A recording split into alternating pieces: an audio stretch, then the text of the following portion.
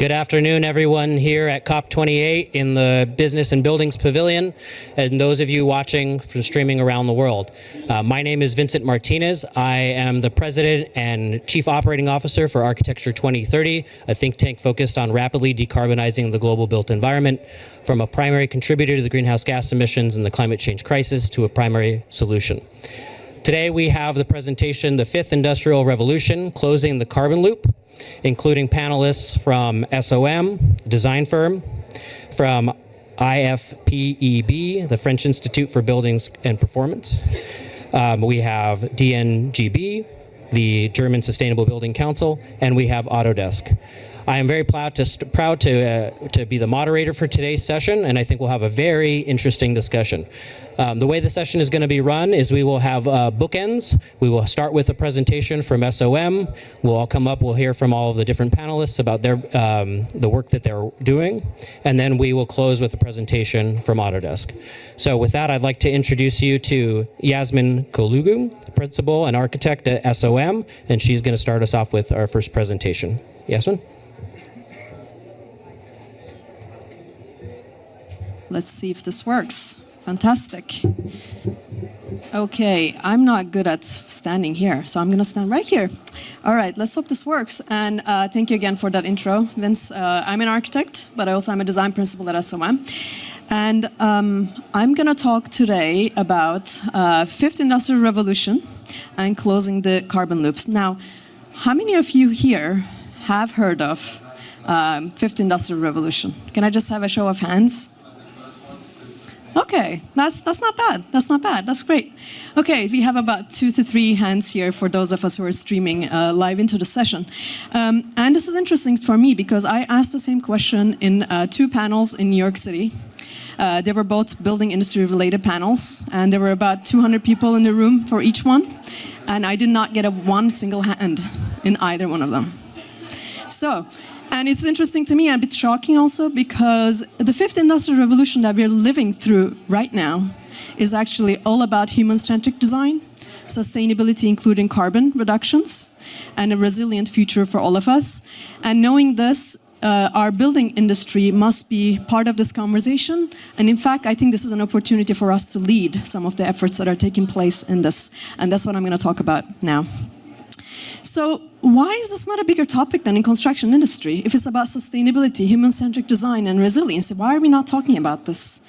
And particularly, I'm going to use one of Architecture 2030 slides here. Particularly, we know that the built environment contributes to about 40%, 42% of global carbon emissions. So let's think about that for a second. It's almost 50%, half of it, almost. So we represent here, assuming we're from the building environment, we represent here about half of global carbon emissions, and that's a challenge, but that's also an opportunity for all of us. So we can take action and we can make contributions to improving this information we have. And where does that come from? So looking through the industrial revolutions, the first one about mechanization, second one about electrification, and that was based on fossil fuels. That's when fossil fuels took a predominant place in our lives in the way we build buildings. And the third one, automation, brought them all the way into our systems, the way we build. And today, we're actually still building the systems, materials, technology, some of the technologies that we invented as part of the third industrial revolution. Now, can you imagine what that means? So now let's look at what does that mean? So we're using for our power, transportation, construction materials, and sometimes building the buildings, we're reliant on fossil fuel, and we have to transition out of this. And let's look at some other industries. So I'm comparing on the left side something from 1970s as a part of the third industrial revolution, and on the right side, something we use today. So phones, they look very different, do very different things today, and have made great progress. Cars, left side again, 1970s, right side, electric cars that we're using today, and of course there is much more improvement that we can make there. And then computers. I'm sure we've all heard of the computers that were the size of a room, and today's computers that we use. And now finally, let's look at a building, what it looks like, and this is when it becomes a bit shocking. So here I chose 2 SOM buildings, so I'm comparing our buildings to our buildings. Left side is our liver house that was built in 1950s using a kind of a curtain wall system. And right side is 7 World Trade Center, which is a LEED certified building. So performing quite well, actually, in the building industry that we know of. However, both of them use very similar systems. Curtain wall system, similar building materials. Of course, they have become better and better over time, hence we can get a LEED certification. But essentially, they're the systems that were invented as part of the third industrial revolution. Now, what does that mean? So, we are talking about third, and the fourth one was about digitalization, about big data. And of course, it came to our building environment, and we started introducing smart technologies such as air quality monitors, smart lighting systems, user interfaces, and user satisfaction became a key part of it. But essentially, it did not change the way we build buildings or the systems that we use to build them. So I believe that this is actually an opportunity for us as part of the fifth industrial revolution we are living through right now. We have a chance to make our buildings more human-centric, more well-being oriented, and really fundamentally revolutionize the way we build buildings potentially, and the way we think about them. So what do we need to do to revolutionize the building industry? And why is this important? And I want to talk a little bit about a wake-up call here. So this is our wake-up call. Here's the chart from AIA, American Institute of Architects, and they have a 2030 challenge, which means that all buildings built in 2030 should be zero. Their operational carbon emissions should be zero, and this is the progress that we're making today. So yes, we made some progress, and I appreciate all the firms, all the architects and designers who contribute to this improvement, but we are seeing an incremental improvement, and we are about 53% based on the information given by many of the firms across the United States. And if I just take that line when projected, let's look at where we will be when we are supposed to be zero. We're going to be at about 60s, so about 60% reduction. So this is just not good enough. So incremental change is helping, but I'm not sure if we're going to get there. So I feel like we need to create a revolution in the way that we approach the way we design and build buildings. So how do we close this carbon loop? And I'm going to talk about 5 things that I think is going to move the needle. First one, transition. Let's transition out of fossil fuels, and let's actually respect our planetary boundaries, and I'm going to talk a bit more about it. Let's define that what does future building materials and systems mean? I believe it's a mix of low and high tech materials, and we need to make sure that we adopt and develop system level thinking, and we need to redefine what the role of architect is in the future as well. So the first one, we need to transition out of this, what we created as part of the third industrial revolution, and we are still relying on fossil fuels in the built environment heavily. And instead we need to go to a solution where we use renewable energy, renewable resources, use less resources as well, and be really efficient with passive strategies and respect our planetary boundaries. Number 2, we need to define what future looks like, and that's upon all of us. We know some things work really well. We don't need to look for answers really far sometimes. Low technologies, what I call low tech, is traditional things that we do, such as traditional materials, systems that we all know for centuries they've worked. And actually today we're also developing some high-tech materials, bio-based materials, new technologies. So we need to look at what future looks like for every one of us, and each one of us needs to define this for ourselves, what this might look like. So let's look at some of the low-tech materials or low-tech systems that I'm talking about. We've known these and we've used these for many, many decades, millennia, such as thermal mass, microclimates, natural ventilation that we see actually a lot in this particular area. And then now we're also seeing some introduction of new materials and new technologies, such as use of robotics, new generation of materials that are either regenerative or they are bio-based, nature-based solutions, or even technologies like carbon capture or carbon removal technologies that are at the moment at an infrastructure scale, but could that be a solution in buildings one day, is something we ask ourselves. And what gives me a lot of hope is actually what's on the next slide, is low carbon materials. So these are improvement on existing materials often, but also biomaterials coming into the space, such as mycelium, such as bioconcrete, such as timber composite systems, mineralized aggregates for carbon, for concrete, for example. So this gives me a lot of hope. As S1, we are also invested and involved in the space. For example, we're working with Prometheus Materials on a bio alternative to a concrete that has the potential to be a net zero material. And if you have time, take a look at if you go to Green Zone in Dubai Holdings Pavilion in the Energy Transition Hub, you'll see the pavilion that we designed using renewable material on one side, on the other side, Kinotech brick that has 5% carbon emissions relative to a terracotta brick that would use a kiln. So take a look. But this makes us proud that we can be part of this transition, implementation of improved materials into our spaces. Number 3, we have to think about buildings as ecosystems. We need to think about them as system-level organisms as well. So I want to give an example of Urban Sequoia. So this is a modular system that we designed as part of a question that we had for ourselves.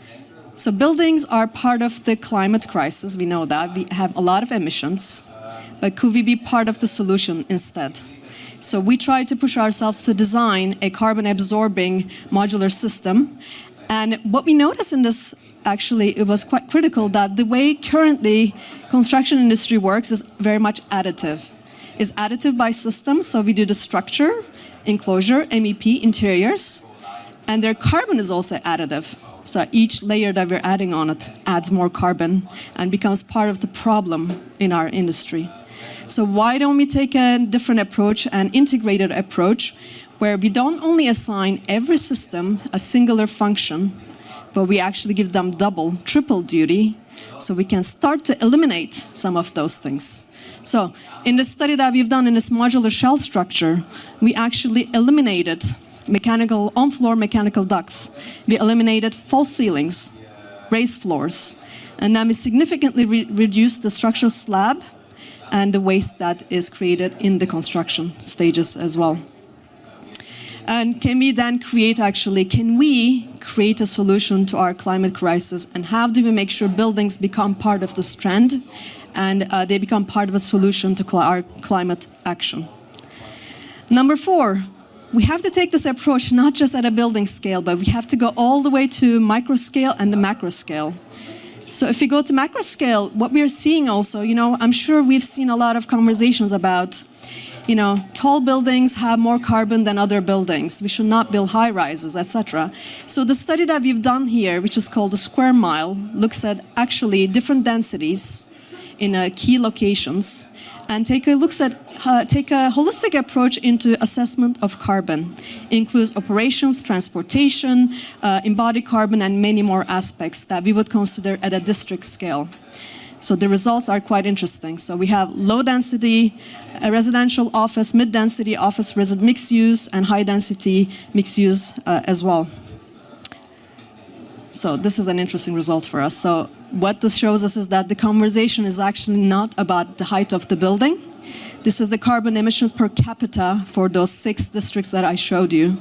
And you can see here that the 2 mixed-use density, the 3 mixed-use actually, both mid and high density areas are the lowest carbon emitters per capita. So the use makes a bigger difference than height and density. And number 5, I'm here as an architect today, but I'm not here as an architect only, because I believe that our role needs to evolve. I'm here as an activist. I'm here as an inventor working to invent some of these materials. I'm here as a conduit, environmentalist, and a researcher as well. And I believe that as architects, we need to expand the role that we play in buildings too. So We actually just came up with in this same mind frame with whole life carbon accounting service, meaning that we could actually stay involved in the whole life of the building, calculating the carbon, improving it all along the way, and every time there's an improvement that needs to be made into that building, we take that role of the carbon accountant that's watching, stewarding that building in a way. And finally, I ask myself, why are architects only commissioned for the design stage of the project? Why are we not involved in the future stages throughout the whole lifespan? So every time there needs to be a boiler or facade replaced, that's an opportunity for us to improve the performance of that building, reduce carbon. Why aren't we involved in the deconstruction stage too? We can reduce all the embodied carbon that comes with that deconstruction stage as well. And there's great historical examples of this throughout history, from Brunelleschi's to architect Sinan's, that is there a different kind of engagement that we must explore today, is a question that I ask myself. So finally, I think you've heard what I think might make a difference, and what we are doing at SOM a little bit about this. But I do believe that this is an opportunity for all of us in the built environment to act together, to create radical collaboration, to make sure and lead Fifth Industrial Revolution to reduce carbon, but also a more sustainable environment too. And to get to that exponential improvements, decarbonization that we're looking for is quite critical. And I believe the Fifth Industrial Revolution is a little bit different than the other ones, because it's not only driven by data, by digitalization, it is also driven by societal changes. We have to make sure that we respond to demand from society on environment, social aspects. And I'm hoping that those of us here today, we look back in 10 years, 20 years' time to this day, and we say that looking back, we are actually, the Fifth Industrial Revolution meant the green renaissance for the building industry, where we had a chance to improve and fundamentally change, revolutionize, create a transformation of the built environment towards radical decarbonization of our environment. Thank you. Thank you, Yasmin. I'm going to invite our panelists to come up. If we can go to the slide that has everybody's faces and titles. Yasmin, why don't you take a seat too, please? I'd like to invite the panelists to come sit.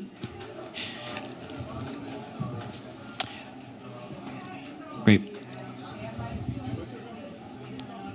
Yes, that works perfectly. That's a great order. Okay. So first off, I'm going to introduce Christine Lemartre, from CEO of DGNB, the German Sustainable Building Council. And, Christine, we at Architecture 2030 have been following the progress of DGNB for a very long time. You continually innovate, and I'm so excited to hear what you're going to share with us today, because I'm sure it's going to be exciting. Please, go ahead. Yes, thanks, and thanks for inviting me, and thank you for that great presentation. I was in the middle a bit scared that, maybe I say something completely different, but I think there are some common topics we have. And I completely agree with you. I think we're at a very crucial time at the moment, we as a building industry. But I think part of this crucial time is that it's really the question, will we be able to be honest with ourselves, with our clients, with the world we have built and designed out there. And I think we have to as well have an attitude maybe where we as building professionals say no to certain things, because we've seen what works and what doesn't work. And you went a bit back in time, and I'd like to do that as well, because I think one of the biggest challenges we have at the moment, and I hear that as well here at the COP, is we try to find a simple answer to a very complex problem. And buildings is something complex. And what I'm really missing in this whole discussion and debate is that somehow we have a big disconnect in our society between culture and the built environment. That what we used to have, where we had climate and cultural sensitive architecture for centuries in different regions in the world, we substituted that by some of the architecture you showed, the new international style, where basically the 5 principles of architecture were designed to have something that works everywhere in the world. You disconnect the facade from the structural system. You can build build glass towers in the desert because we have air conditioning, so we can somehow make it work. And I think this is something we're very passionate about, where we see we've learned, and the big responsibility is from what we've learned to say we're coming from a time where maybe the motto was more because we can. I think this is kind of a human thing. We always try to have a hopeful idea of the future, of new technology, of innovation. But I'm a bit older now, and I remember when there were like science fiction movies, you know, from Hollywood, and they were going like very far in the future, like in the year 2000, you know, and you could see cities where the cars were flying and everything looked so nice. And now we're in the year 2023, and our cities don't look like that. And maybe it's good that they don't look like that, but I think eventually we have to say the future has arrived today, and that principle that we always hope for innovation, for new material, maybe we have to realize it's not coming, and it's up to us to really find a new understanding of what does building mean. What is the picture of a good sustainable building, of good architecture? We don't have that. We hear a lot about technology, maybe because we're in Dubai. I hear a lot about the grid, you know, once the grid is electrified, everything is good. No, it's not. And it's not a question of technology. And my favorite quote still, and I always quote him, is Cedric Price, an architect from the UK, who many years ago said, technology is the answer, what was the question? So we're still kind of in that process where we talk about, like, if someone is sick, we're looking at the symptoms and we try to heal the symptoms. We try to have like energy efficient cooling. We try to have different heating systems. We try to have low carbon concrete and low carbon materials, which is all part of the solution, but I think it all starts somewhere else, and I think you will talk about that later. So I was very happy when we had the briefing before, because I think a good idea is always a good idea everyone claimed to have. So it's not about, you know, I have a USP. And I think it all starts with sufficiency. The question, how much building do we need? And how can we change and revert that trend, which is a big problem, is this one-fits-all idea. Technology everywhere in the world, everything is available on one side, but on the other side as well, that we see more and more very high specialized buildings. Like an office building has a complete different topography as a residential, as a hotel, as a hospital, and all these things. And what does it mean? We cannot really reuse these places. We build a lot of space, especially in the office world, which is empty most of the time. It's empty all weekend, it's empty in the evening. So we don't really have that understanding of the value of space. And yesterday I was at a panel discussion. There was Johann Röckström, he's the director of the Potsdam Institute for Climate, and he basically defined these boundaries, the 9 boundaries, where we're already across 6. And he again made it very clear that we only have 50% of the Earth's surface, which is intact nature. And so with the building, we have this conflict of goals that we need to build more to provide housing. At the same time, we have to stop sealing the ground, and we have to stop using land, and we have to stop destroying nature. So I think it really comes down that maybe we have to do a structured way back, because the building sector, and I always don't like these comparisons. You know, I'm coming from Germany. The building industry is always compared to the automotive industry. I'm not sure if that's still a good comparison, but for many years it was kind of like the economic engine of Germany, you know, like the German cars. And why is the building sector so slow? And why can you not prototype it? And why can you not do series? And why can you not be completely digital? But on the other side, you know, the building sector is the sector with the longest evolution, because since humans exist, they build housing, they build shelter. And I think few centuries ago, it became a business case. And I think that came together with this one-fits-all idea where we can build the same architecture everywhere in the world. And it became a great business case, because if you can build the same architecture everywhere, you can sell your materials everywhere. You can sell your consulting, your services everywhere.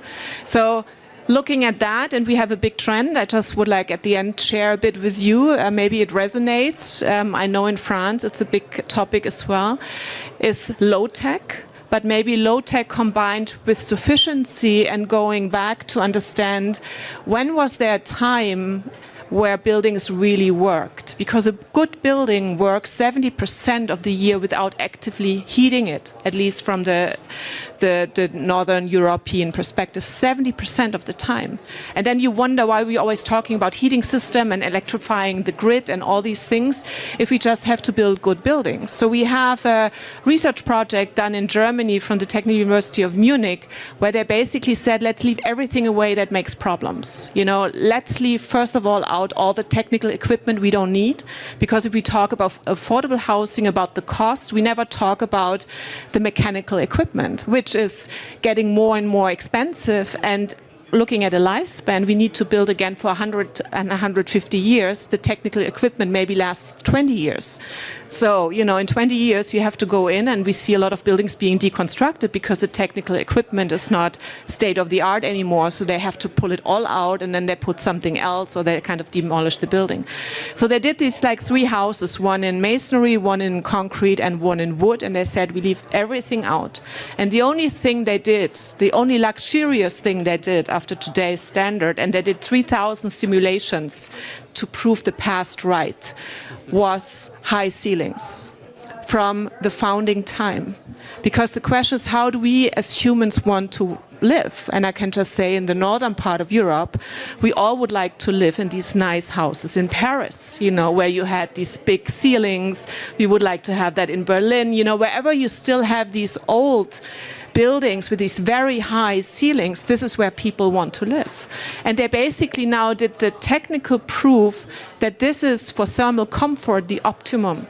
Because people didn't do that for aesthetics at the time. They did that because it made sense, because you need this kind of lazy air layer up there, so you can, you know, the warm air goes up, you don't have to ventilate all the time, the cold, you know, it's kind of, there's a natural ventilation in the room. That's the only luxurious thing they did, and I can just recommend that you all go there. It's a small town by Munich.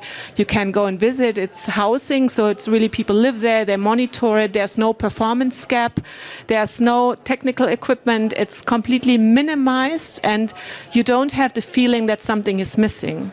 And this is, I think, we have to come together as a building industry, and especially architects, that we have to define a new image of what is a good, sustainable building. We have to make that sexy, so people who are not from the industry want to have that. And I think that was the big catch from this new international style. It looked modern, it was great because we can, it's high. But in Germany, an architect did a funny quote the other day. He said, high-rise buildings have the same contribution as Formula One to coming to a new way of mobility. So it's kind of, you know, you can do it, but I think now it's the time where maybe we say, because we can is not good enough.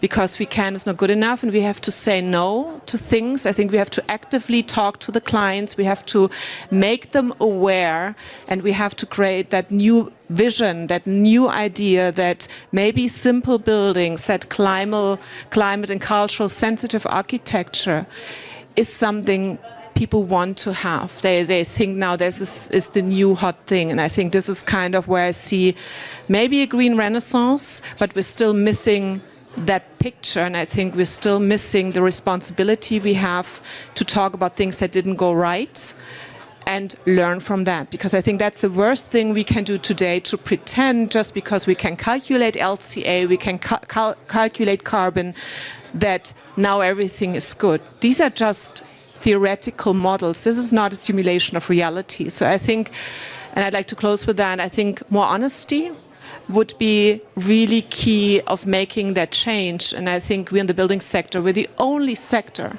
where a healthy and good built environment goes hand in hand with significantly reducing emissions. And health is not air-conditioned spaces. We talk to doctors and they say this is not healthy for humans. We need to be out of the comfort zone. This is like doing sports. A healthy human can take that. So I think we have to have that kind of honesty, and we have to take that out in the world. So thank you very much. Thank you, Christine, for that honesty, which we need to hear. And I appreciate you bringing up the modern movement in the 1920s and 30s, the international style exported. I learned that from Ed. Yeah, from Ed Masri, our CEO and founder. That transformed the global built environment in just 3 short decades, from the Bauhaus to the Lever House, designed by SOM. We had the advent of the modern movement, and it was created with a lot of great intentions to connect us with nature by changing the way that the windows were produced. We had new materials. We didn't understand the advent of fossil fuels or the materials that were going into those, but now we do. We understand now that that international style that propagated the world in a very short period of time was the wrong direction. And I think what Yasmin was bringing up about this idea of a 5th industrial revolution, how fast can we make that change? We saw that happen over 3 decades. How long have we been talking about sustainable buildings with all of the technology of communication around the world, and we are still doing the same thing?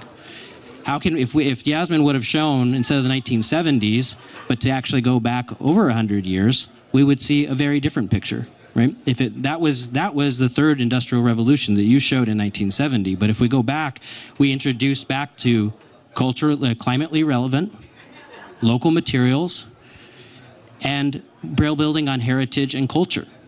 And how can we understand that's role in sufficiency, which is what we're going to hear from Marine, and how can we start to build from the ground up rather than an exported model from an industrialized nations. So Marine Girard, he's the consultant with the French Institute for Building Performance in France. She's also the head of the Sufficiency Program, which is being also a hub with the Global Alliance in Building and Construction, hosted by UNEP. So please, Marine, give us a definition of sufficiency and how you would like to describe that work as it relates to what we've heard.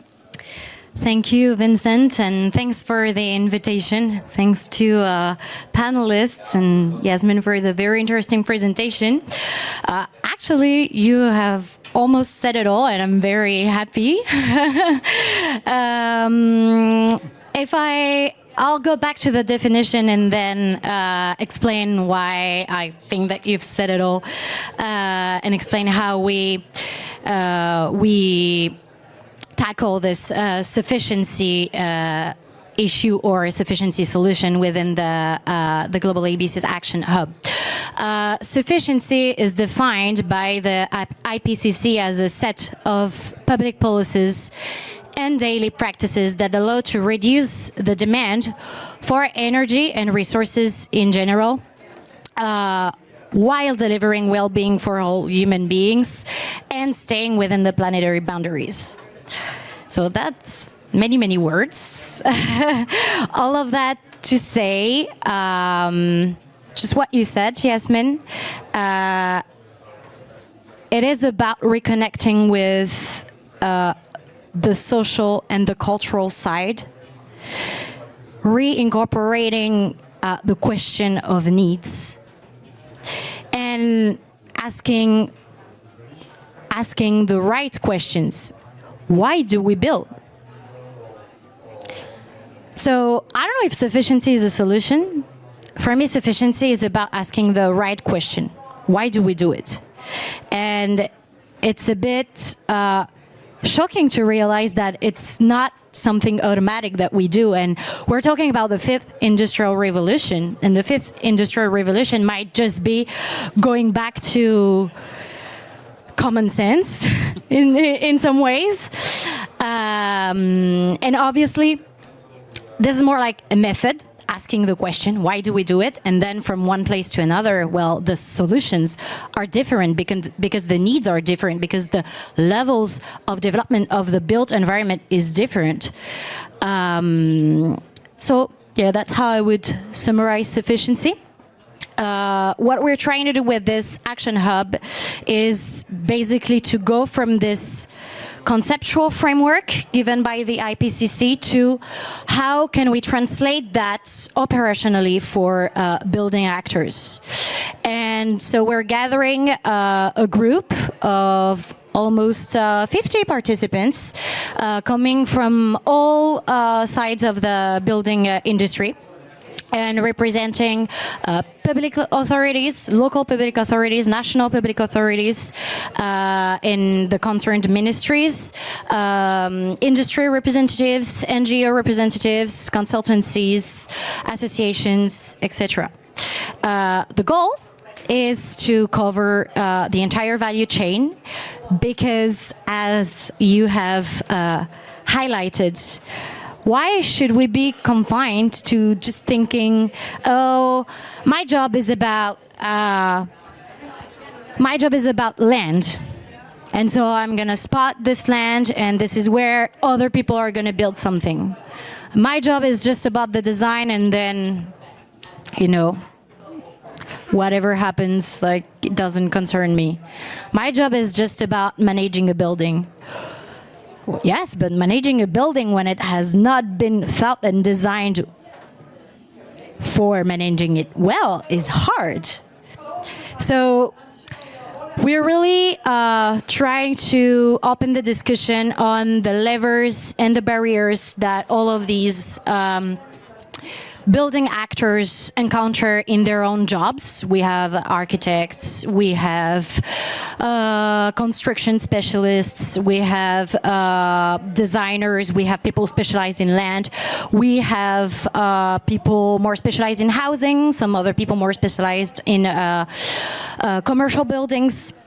So that's really the beginning of a story, and international cooperation is very key to it. It's true, you've said it, Christine. It's become an important topic in France. Actually, sufficiency has been in the law since 2015. It was not really defined. It was written, but not really defined, and really connected to energy sufficiency.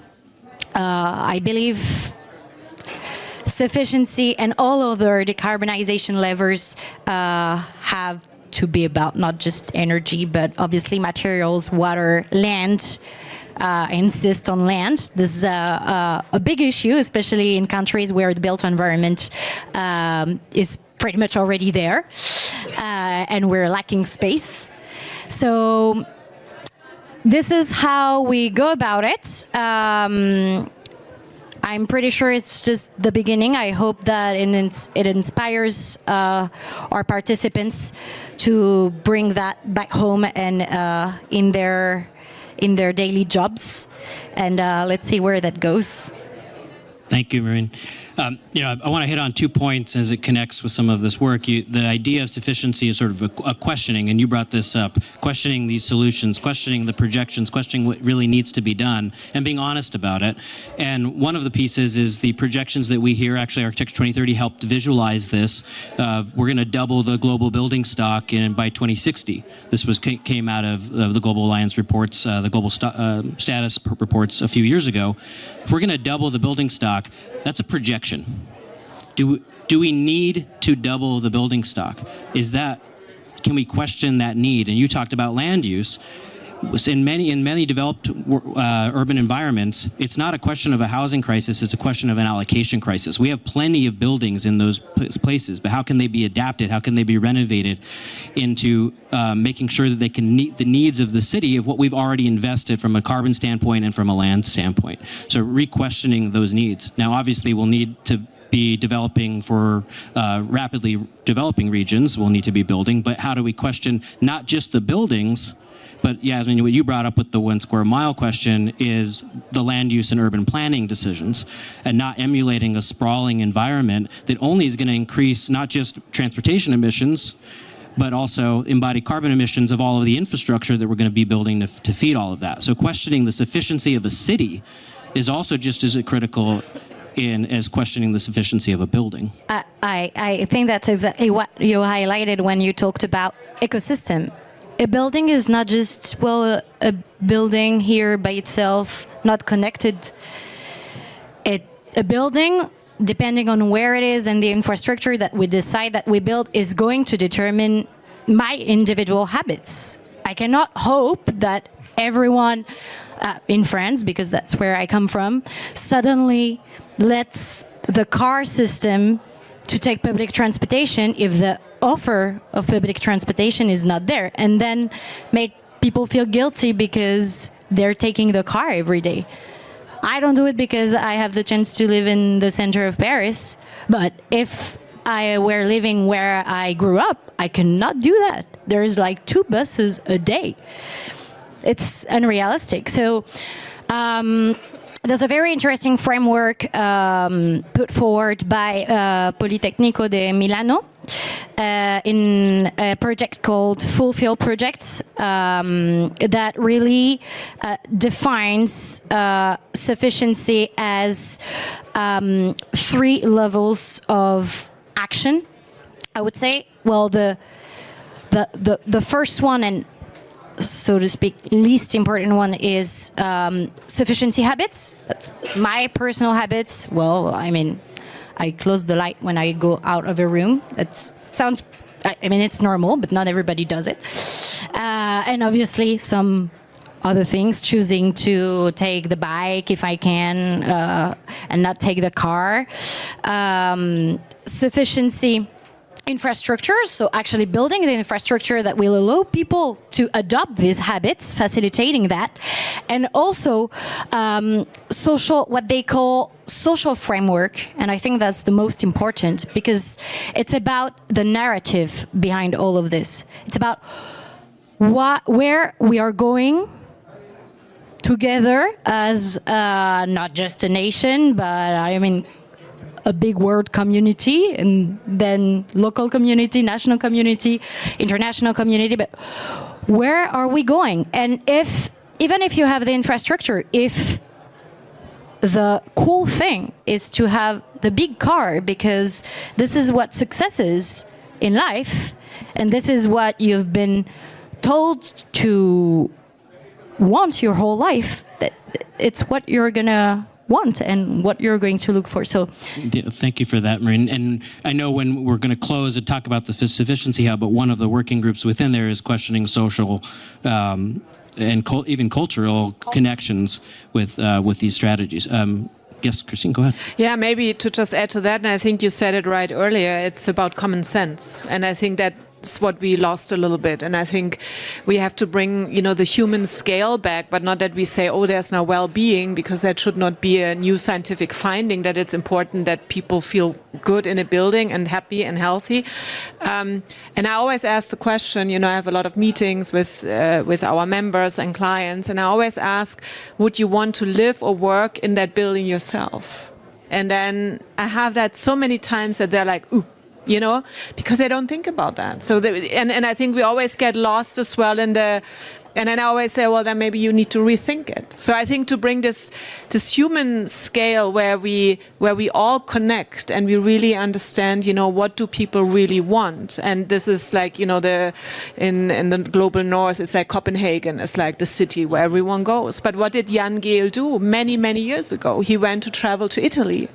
And he was asking the question, why are people using the city, really the outside spaces so much? And then he went back to Copenhagen and he spent years with his team sitting, investigating the city, watching people, how they move around. Then he established a relationship with the city of Copenhagen, and they start slowly to turn the city into something where people like to be outside. And I think we always talk about cities on a very big scale. Then we talk about buildings, but I think we have to talk about neighborhoods and how it comes together and what is the positive impact of every building we build for the neighborhood, because I think we cannot tell people what to do, and I think this is kind of like the challenge we're facing at the moment, but we have to build offerings for people where they can use the space and where they can start behaving differently, because this is, and I think it's really comes down to the neighborhood and that human connection. And I think as well for us that even I'm an engineer myself, and sure, I'm fascinated, and I see the Burj Khalifa, and I'm like, I saw that when I was studying structural engineering and SOM, Bill Baker was giving speeches, and sure, you're fascinated. But on the other side, we always have to take that step back. And I think this is kind of like you said, it's common sense. And I think we have to stop putting labels on everything we do and be a bit less marketing driven and a bit more, a bit more humble about the responsibility we have, but we have a big opportunity, but we should not always make such a big show and not always find labels for everything, which is just common sense. And Thank you, Christine. Forgot it. 1 second, Yasmin, because I do want to get to Ryan for a moment. But Maureen, you talked about the connection of all the players in the building space, the designer, the building operator, the constructor, the tenants. That's the integrated design process that we've established in the buildings. But what I think we're talking about here when we get to the site scale, to the landscapes, to the open spaces that make up our cities, they actually make them more inviting and also provide cooling strategies in a warming climate, involves a variety of design disciplines. Landscape architects play a critical role in keeping that. It's a nature-based solution that has multiple perspectives on water, urban heat island effect, biodiversity. We talk with urban planners about making sure that the spaces are meant to be connected with each other. So we often talk about buildings and construction in the Global Alliance for buildings and construction, and we often don't have the full representation of the built environment, which we know is all integrated and connected. And Yasmin, you talked a little bit about that also. So in a way to segue into Ryan and the technology. Can I just jump in and respond, right? Is that you are the connector, right? I'm excited to kick this conversation. You provide with information tools at Autodesk. Yeah. How are you connecting all of these aspects, not just of buildings, but in the built environment? Cool. And remember, technology is not the answer. So now I'm curious. Now let's get into it. So before answering your question specifically, Vincent, because of course, we're the technology company, right? We're the Goliath in the architecture, engineering, construction space, and in that way, we feel like we have a responsibility in thinking about the overall evolution of the built world to decarbonization. And so, but I'm actually not going to hit the hammer on technology right now. So let me just respond to what I heard and make sure we're furthering the dialogue together.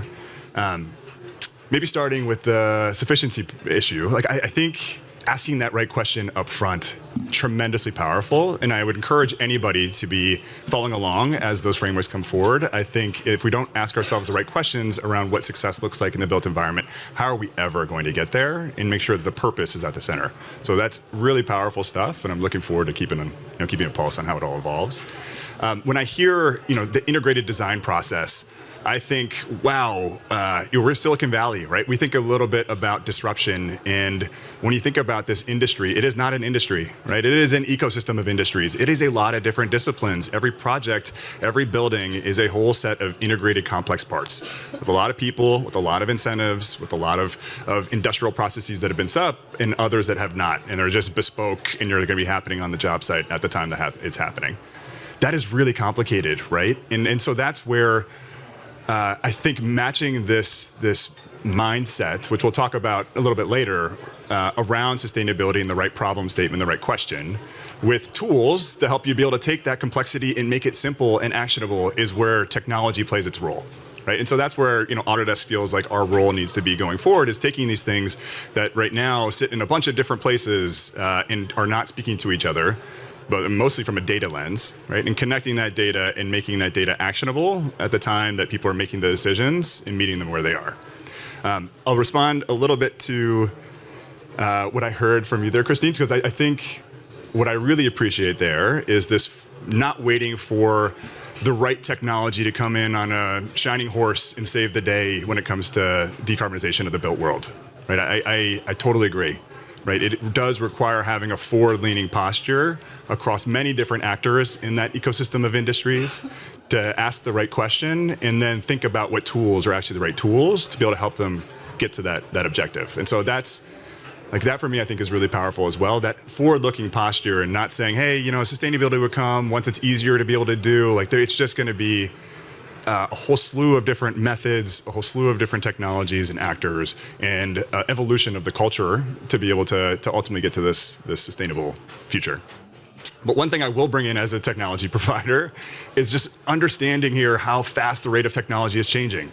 Right? You talked about from 1970 to today what the difference looks like across many different types of industries. But if you think about from a digital lens, the rate of change of technology today is faster than it's ever been, right? We talk about artificial intelligence here at COP. Was it talked about last year or 2 years ago? ChatGPT became the fastest accepted technology that's ever been seen on the planet. Now, how do we think about the rate of change of technology and apply it with these other cultural elements and mindset to be able to ensure that those tools are pointing us towards the right direction? I think it's important for us to take that into consideration as a part of a collective ecosystem here. Thank you. And can I go next? Yeah, go ahead. Okay, I don't know if I'm on. Am I on? Can you hear me? Okay, fantastic. So I think there's a couple of things that I want to respond to here. I think, this is a great conversation, by the way, because we're representing different sides, different opinions, and I think this is exactly what collaboration in the built environment should look like, because I don't think there's one single right answer.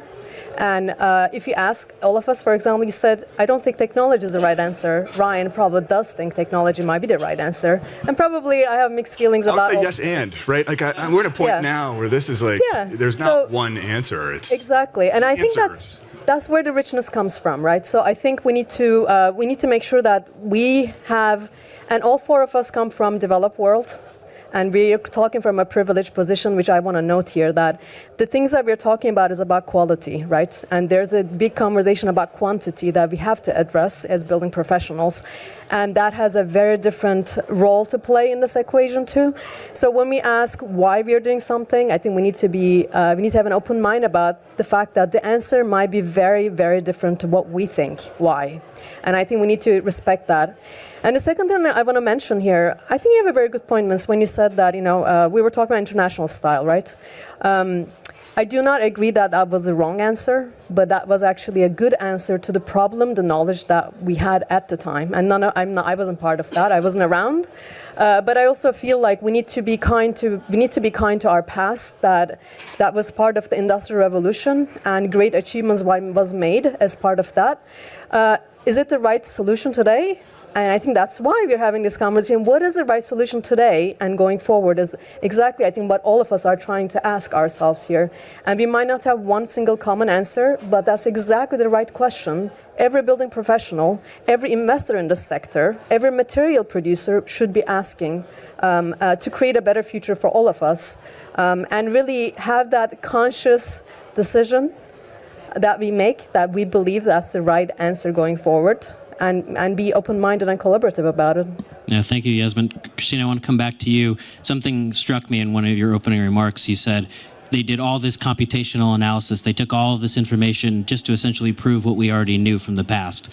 Can you elaborate on that, and how is that changing into the scale question that Yasmin is talking about? If we're still building in the same ways, that works for about half the populations actually that's still living in non-urban environments, to build with indigenous knowledge, to continue to work with local materials, and the same past principles can still be applied in modern buildings, which we saw from Yasmin. How are you adapting those two intersections in Germany with DGNB and the rating systems that you provide and the support for the government?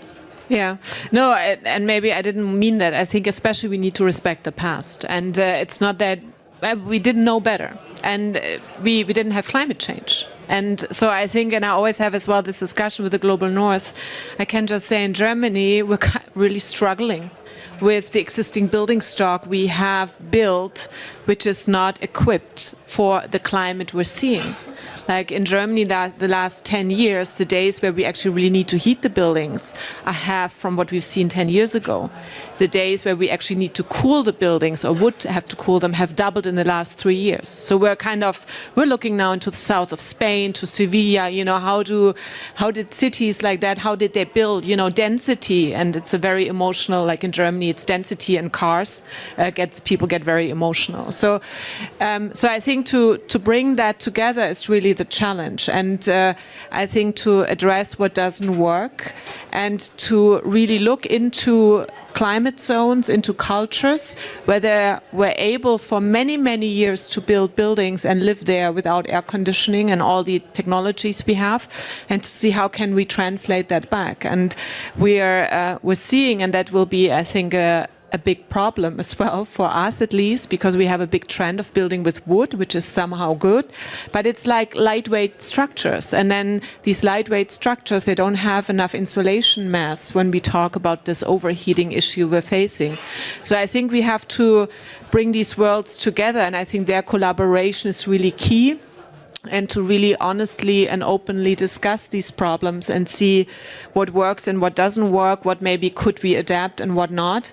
And we as DGNB, we have our key tool is a certification system, where I always have to say it's just a tool. It's like a nail. You can hang a nice picture or you can hurt someone. That's the same case with sustainability certifications. We don't take responsibility. If you want us to take responsibility, you have to do what we tell you, and most most of the time that's not what the investor wants to do. But we always, with every 2 to 3 years, we make a new version of our tool, because that's what I feel is our responsibility. If we see something doesn't work, we need to change it. I think this is kind of standing still is the worst mistake we can do. And we're going to launch in 2 weeks our version 2030 of the DGNB system, which is a kind of where we need to go. It's what I said earlier. Maybe this is kind of where I personally struggle with, is kind of what is that picture? And I think this is a challenge, like you said. It's a very local and regional question, and there's different solutions out there. But if you look around and if you go to the big real estate fairs, you still see that new international style and higher and bigger and more glass in Asia and in all these regions. So the question is, how can we make that sexy to maybe take a structured way back and to think about what were we able to do and why did we forget how to do it? And so I think this is kind of where we're struggling, where we try now with the version 2030, at least to bring kind of this ideal vision of what we think a good building should perform with into the market and see, you know, are there projects where we can show, look, they already work like they should in 2030? Because if we take the IPCC and everything we hear seriously, we have 8 years to drastically reduce the emissions to kind of make it above the peak. You know, we're still not at the peak.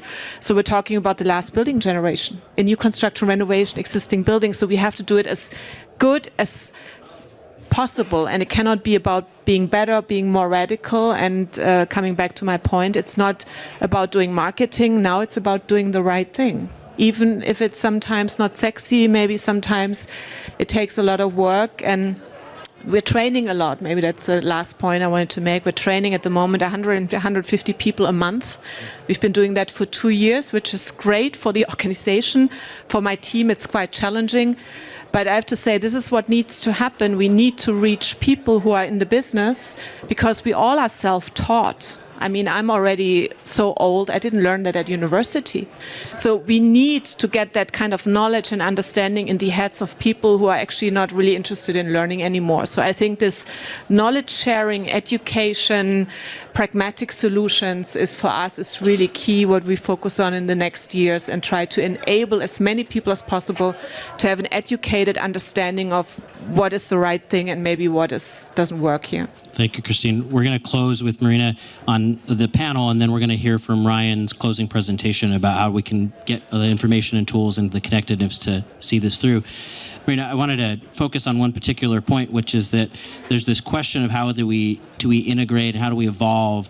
But one of the things that we've discussed is sort of the inertia of the Industrial Revolution that we're still seeing, that we still want these things that are not appropriate for us, right? And that the global population is wanting those things as well. And there's a question about perceptions, about what is sexy, if you want to use that term, what is valuable, what do we value in those systems. That's one of the things the Sufficiency Hub will be working on. Could you give us a little bit more description about how that working group, of which we're going to talk about at the very end, how you can get involved with, how are we going to challenge those assumptions, and how will we make progress? Yes, we are working with people specialized in social science, psychology, sociology, political science. I think that's very important to understand all of the human levers behind all of what we're doing, because, well, there's activity because they're humans determining these activities. So we're really trying to combine the views from the professionals, each specialized in their jobs, and bring in this social science perspective.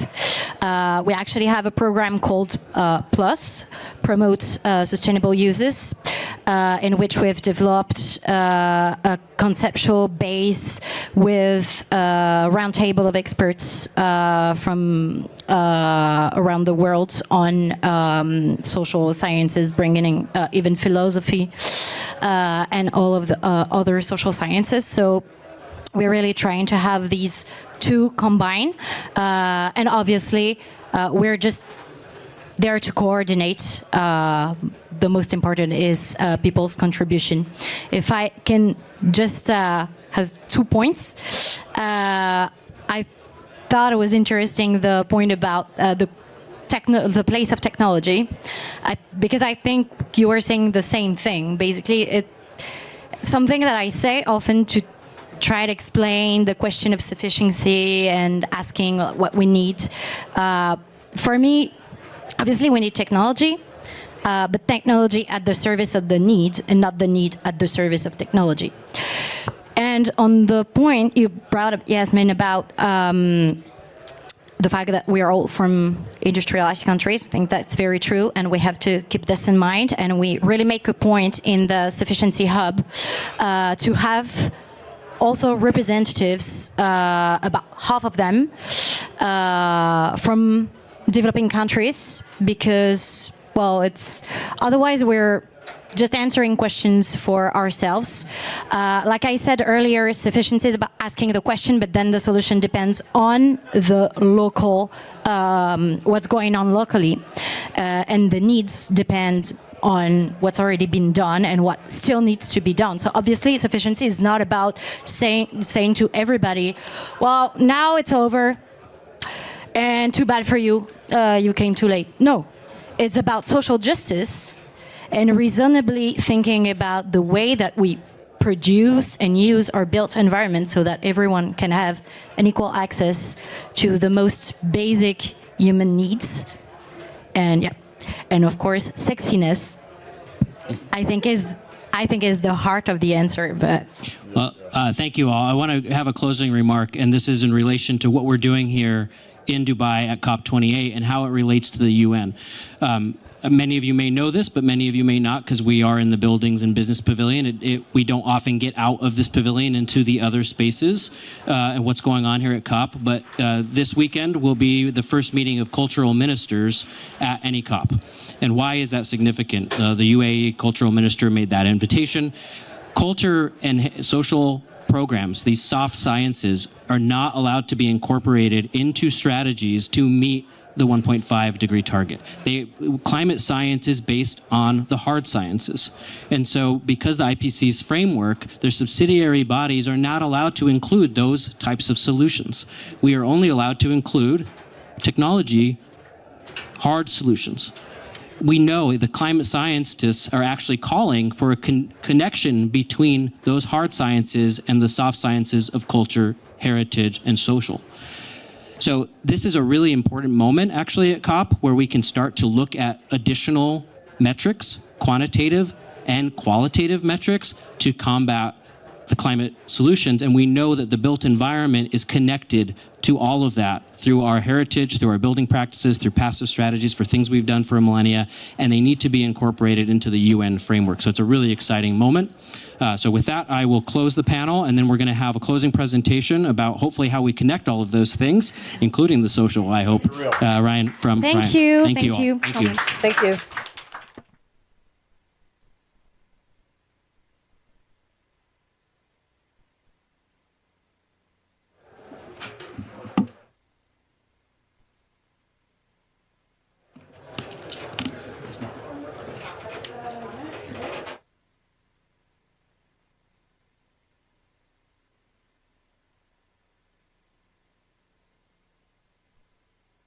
Can you hear me okay?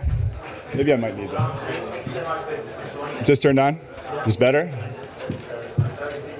Okay, thank you. Hey, appreciate that, Vincent. I appreciate this dialogue. I think these are the kind of conversations that are uniquely afforded here at COP, right? It's hard to be able to have these conversations on what we need to accomplish and how without having the right sort of ecosystem, which I love that word when it comes to this community, all in the same place. So I appreciate the dialogue. I appreciate the conversation. I am going to double click a little bit here on technology, right? Hopefully there's some sexiness here that people get excited about and some optimism on how we're actually going to drive this. Because what we're seeing within our customer base are folks that are coupling this right mindset and culture around sustainability and leaning in, like we just talked about, with the right tools on what we need to get to, are actually doing some really impressive things, right? The focus here will be a little bit more on what we're seeing in developed nations, right? and it'll be a little bit more on new construction, but I think some of these principles are very much so translatable, right? So I'm kind of encouraging us to build from what we just talked about. Hopefully this is helpful and additive, and then let's take this into action going forward as we drive it into every project. Anyway, let's get started. I'm not going to rehash this. It's great that we're all going back to the same slide. AIA 2030, thank you for consolidating some of this data. But of course, we know that the built environment is one of the biggest challenges when it comes to climate change. And therefore, it should be one of the biggest opportunities of how we drive great climate impact and prosperity and health as we think about the built world. In this talk, I'm going to spend, actually, give me 1 second. To double click, right, we know 28% of that comes from the energy use that's powering our buildings, the lights, the heat of our spaces. Another 11% actually comes from the inputs, the steels, the cements, the timbers, the fixtures, things that actually comprise the building, make the building what it is. And as our population, which is now today 8 billion people, grows to 10 billion people, over the next 30 years, I think we have to ask ourselves that sufficiency question. What does this actually need to look like in terms of the built world? But at least from our vantage point, those forecasts are showing an increasing amount of development of some kind, right? So our challenge will be, how do we decouple this growth from the emissions that we're absolutely seeing today as a part of the way in which we do business? So this is a really big issue, and I, for one, am quite heartened that the Buildings Breakthrough and the Buildings Pavilion exists. I think this is just a recognition that the coalition of actors are coming together in recognition that this is such an important issue. For our customers at Autodesk, we're actually seeing increasing pressure in the form of regulation and in corporate commitments and civic activism in ways that we just didn't see before, right? So that, coupled with some public sector incentives to be able to get action out into the world, I think those are all reasons for optimism. More to do, but reasons for optimism. So in that sense, I think the good news is that decarbonization of the built environment isn't really an issue of awareness at this point. We're all in this together. We actually just recently surveyed a lot of our industry leaders from across the globe, both in the developed world and in developing worlds. And found that 89% of those companies actually believe that decarbonization is important to the future of their business.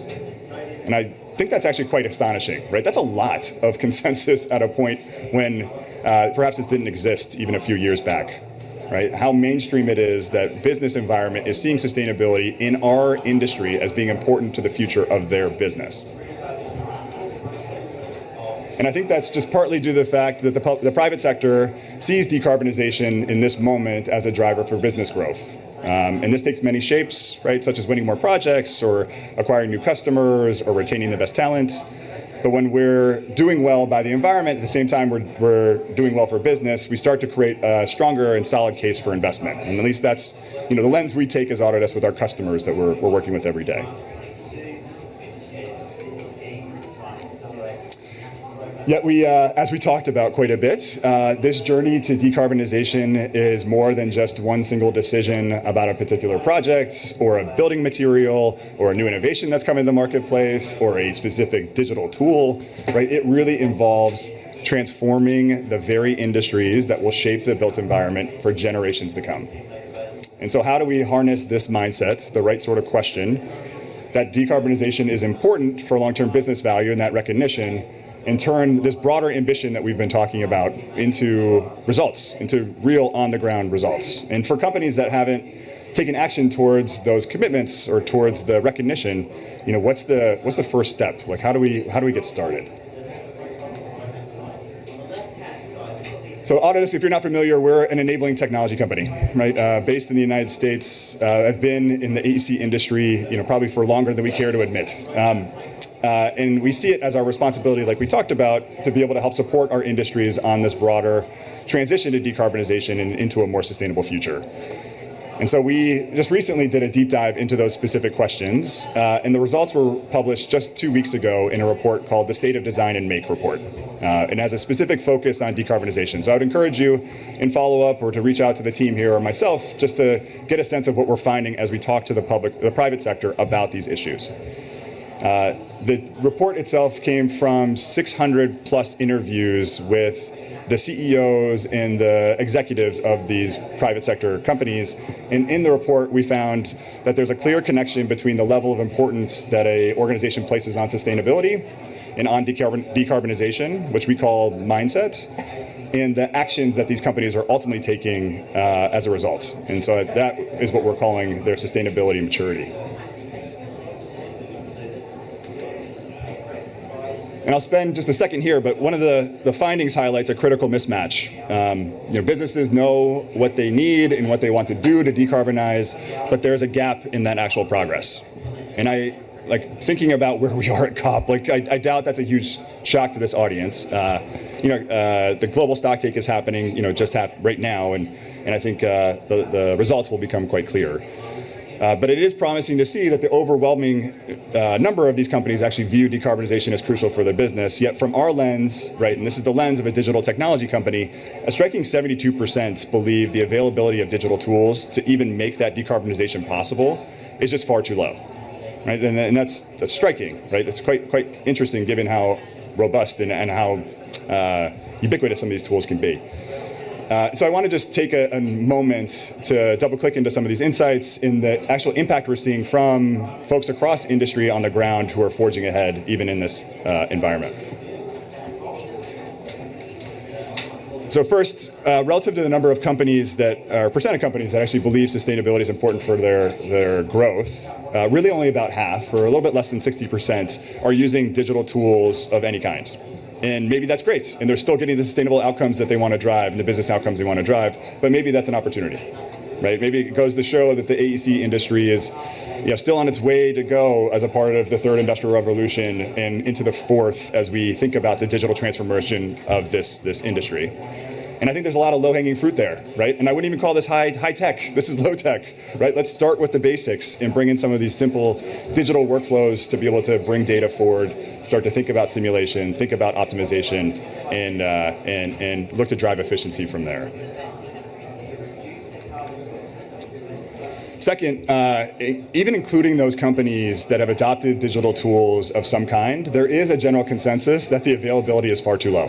And they're actually not really sure what to do with those tools. And I think that's sometimes fair, right? How do you use this tool to be able to deliver on the sustainable outcomes that I want to be able to drive? And for the industry, this for me means, and for our team means a couple of different things. But for the industry, I think there's an opportunity to be able to increase general education and training and knowledge sharing and capacity building about the available tools and methods that exist. Maybe not letting the tool be the tail that wags the dog, but let's make sure that there's an awareness to be able to inform how you might think about how I do this project with the tools that are afforded to me.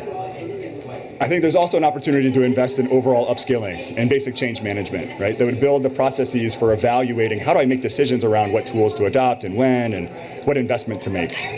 In that same survey, we actually found that 49% of those industry leaders really didn't have a process for evaluating what tool makes sense for me to be able to apply to get to the solutions that I want to see. And that can be overwhelming, right? There's a lot of stuff coming out into this space. We're one of those, right? But we're not the only. There is so much great innovation that we see that can be applied in the right way to be able to lead to sustainable outcomes we want to drive. For a technology company, that underscores the importance for us to think about the critical importance it is to make these digital solutions fit seamlessly into how people work and into what they care about, right? This does go back towards people. And the solutions need to be easy, connected, interoperable. I don't think it's realistic to expect that every single person on this planet is going to have a PhD in data science to be able to actually deliver the outcomes we want to have, right? So as you're a tool developer, a call to action is to ensure that you're thinking about the way in which that fits into how people work. The good news is that even under these challenging conditions, companies with the right sustainability mindset, coupled with the right tools, are actually accomplishing some very remarkable things. And I'll get to some examples of what that looks like in practice. They're improving energy efficiency, they're reducing waste, they're conducting real-time lifecycle assessments in ways that was impossible to do unless you send it out to a consultant and spend a ton of money and a lot of time. They're bringing, ultimately, what I believe to be sort of the holy grail of what we want to get to, sustainability into decision-making in a way that takes it from an idea to an action across the entire project lifecycle. And that for me is quite exciting. I'll talk more specifics in just a moment, but just imagine what this might look like in a year or two as we continue to lean in as a collective ecosystem around that mindset, around that culture, and couple it with the right tools at the right place. So I think it's clear, at least to us, that business leaders across the AEC and buildings operations space really do value decarbonization. We're seeing that in the data. And by promoting a mindset and a culture that embraces digital decarbonization tools and encourages capacity building along the way, businesses themselves can make progress on their sustainability ambitions and at the same time deliver better business results, for their own stakeholders and their customers. Okay. Now let's get to some specifics. I'm not going to just push Autodesk, but I will share a little bit for transparency on what's happening behind the scenes and what are we building here, right? So at Autodesk, we're investing deeply in the advancement of the AEC industry through our open cloud-based design and make platform. And for context, what that means and what the platform is all about, it's about connection. Right, so that means connecting data, including sustainability, but other data that might be important as to how we think about successful outcomes. It means connecting workflows between all these different disciplines and across the project lifecycle, and it means connecting teams. And this is all, again, in service to delivering better sustainability and business outcomes by converting that data that now exists in all these different pockets into actionable insights using automation and artificial intelligence. There's been, not in this discussion, but in other discussions I've been a part of at COP, a lot about sustainability being a data problem. Right? The data exists, but at times it can be untrustworthy, or it's unuseful, or it's fragmented. What I think is exciting here is there's an opportunity to use technology and tools to be able to connect that data across the life cycle of these projects in ways that just hasn't happened. That means from taking the information from the early stages of capital planning into design, into construction, into building operations, and in that way ensure that we can optimize for issues around sustainability and not have it become lost. And I think that's only going to happen through digitization. That's where I'll hit the gavel on the table. We do need to do more of that as an ecosystem, but we also need to connect a lot of these parties across the value chain. And that's why the design and make platform from our lens is intentionally built to be accessible, extensible, and very much so open, so that customers can just take that and use it to be able to drive solutions that fit their needs. Okay. Enough of that. I want to share what this actually looks like in practice, because this is where the magic is. So I'll share just a couple of quick examples. Again, this will focus a little bit more on the new construction space, but I do want to generalize, right? A lot of these capabilities are coming forward into renovation. A lot of these are being right-sized for new markets. I think there's an opportunity altogether to think about what this might look like, at mass market scales, these principles. All right, so this is an empty plot of land not too far away from where Autodesk is headquartered in San Francisco, in West Oakland, California. Right, it's a real beauty. Here, back in just for context, in 1989, there was an ironworks steel factory that was focused here. And that company then ended up going on and downsizing, and as a part of it, they decommissioned the buildings and a lot of the machinery that you used to see on site. But since that, it's been 30 years, and it still looked like this up until just last year. Until MBH Architects, in partnership with an offsite construction company called Factory OS, set out to deliver on a affordable housing complex. It was a 330-unit affordable housing complex. And really what I found interesting there, again, building from the conversation we just had as an ecosystem, right, is what question to ask as you have a blank slate of concrete. What do I do to be able to take this forward? How do I think about building sustainability and thinking about housing affordability at the same time? And so because of this, the team went forward and wanted to pioneer some new methods and some new technologies for how to be able to optimize for this and to be able to scale that to others. So in this specific project, MBH collaborated across multiple different disciplines, the architecture firms, the engineers, the construction managers, really from the earliest stages of design, right? Bring those people into a dialogue, as like we are doing today. They use cloud-based data and artificial intelligence to quickly iterate and balance the trade-offs that we naturally see for the projects that are coming into the world today. right? Things like habitability or construction costs, or in this case, the net operating income of the actual assets. And they were to do that in a way that actually brought forward embodied carbon data and operational carbon data alongside it. Right? So think about that. That's quite interesting, right? We often speak about emissions being this externality, right? It's this odorless, tasteless gas that is not a part of the way in which I make decisions. But in this project, using data and artificial intelligence, right, the Phoenix was able to turn that externality actually into actionable insights that started at the very earliest stages of that project's life cycle, and could take that forward in a digital model throughout the project.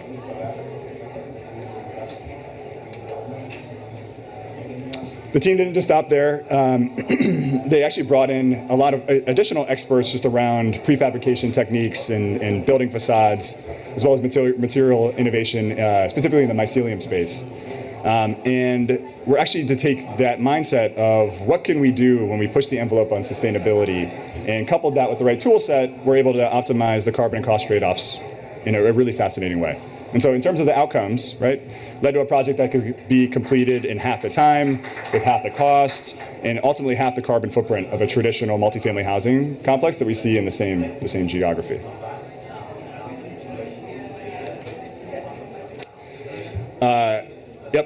For those who have been to Oslo, anytime in the last few years, we talked a little bit about the Nordic countries before, but there's certainly a different mindset when it comes to how do we think about sustainability, and I think that culture is one to emulate or to learn from. What we saw with the engineering firm working quite a bit on the revitalization of downtown and the Opera House, a firm called Multiconsult, is that they were able to take some of the most common sustainability mindsets that you find in the Nordics and couple it with some of the practices you see in best-in-class design and construction. All right, so they implemented some passive house standards, energy efficiency measures, some more low-cost materials, and just by coupling that mindset with technology, we're actually able to reduce the carbon intensity of Oslo's downtown buildings by 50% as well. Lastly, this one, I don't know how replicable it will be for you or for other project teams that you're working with, but I think it's an interesting example around collaboration as a part of this, right? And how to use perhaps that mindset and tool set to help facilitate. So this organization is the British Antarctic Survey, BAS. And if you're not familiar, they actually work down in Antarctica on climate change research. And so you can imagine what it's like to be able to actually build infrastructure or buildings in some of the most austere and remote locations on the planet. And for this project, BAS actually wanted to replace 6 of their existing buildings with just one building called the Discovery. What was interesting here, they partnered with Ramble and with Sweco, and through that, it used technology to be able to drive some really extreme cross-team, cross-discipline collaboration in a way that would only be possible with common data and with the cloud. And so what's interesting here, right, coupling this mindset of how do I reduce costly and unsustainable errors, which I can't do, right? If I happen to make a mistake, I'm going to have to wait an entire season for new materials to show up. That, matched with the right collaborative tools, actually led to a project that was able to be completed on time without any sort of change orders, right? And that's what looks successful. And in this case, because of just the need to not have waste go to a landfill, they were able to save just 700 tons of embodied carbon only, and that's just in reducing waste. So I'll just wrap us by saying the journey to decarbonization is much more than that single decision about a particular project or a building material or a digital solution. It involves transforming the very industries that will shape the built environment for generations to come. And with the right mindset and technology, organizations across the AEC industry, acting together and with governments, can ultimately decouple our need for buildings with the greenhouse gases that we see from them.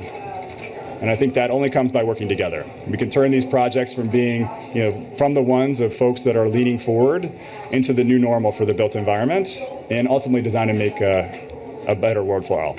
So thank you.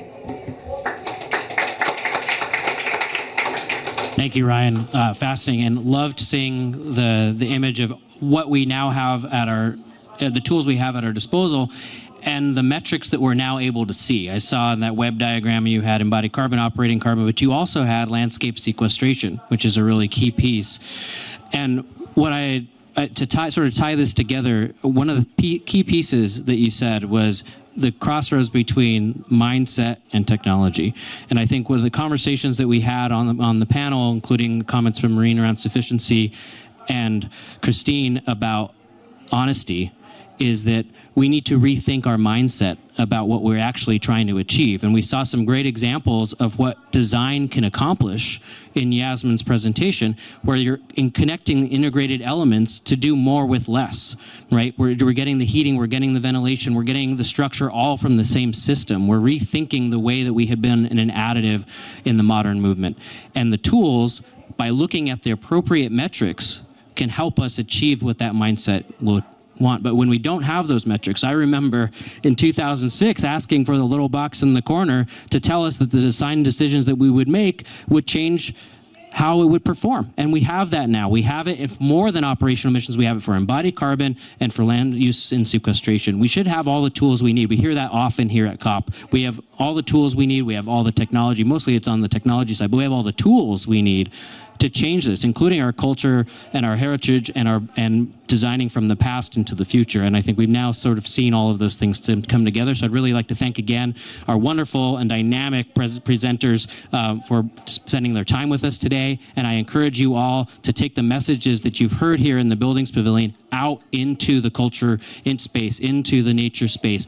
We need to share the expertise of the design of the built environment out with all the other intersections that we have within the COP. So thank you.